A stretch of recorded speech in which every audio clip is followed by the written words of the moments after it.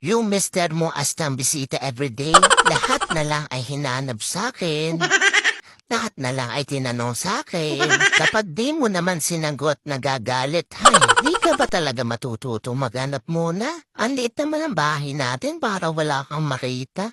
O gusto mo lagi iniintindi ka? Ano ka, bisita o bulag na bisita? Paano ba? Tandaan mo, asawa kita, hindi anak. Nakakainit ka ng bumbunan, Harold, Diyos ko. Yung mga brief sa cabinet kapag wala na sa sampayan. Yung charger sa tabi lang ng saksakan. Yung towel. Dinadala na yan bago pumasok sa banyo, ha? Hay!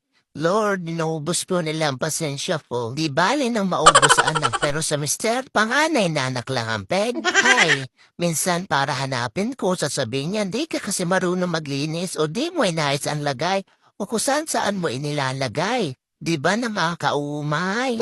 Kabisiduin mo naman kung saan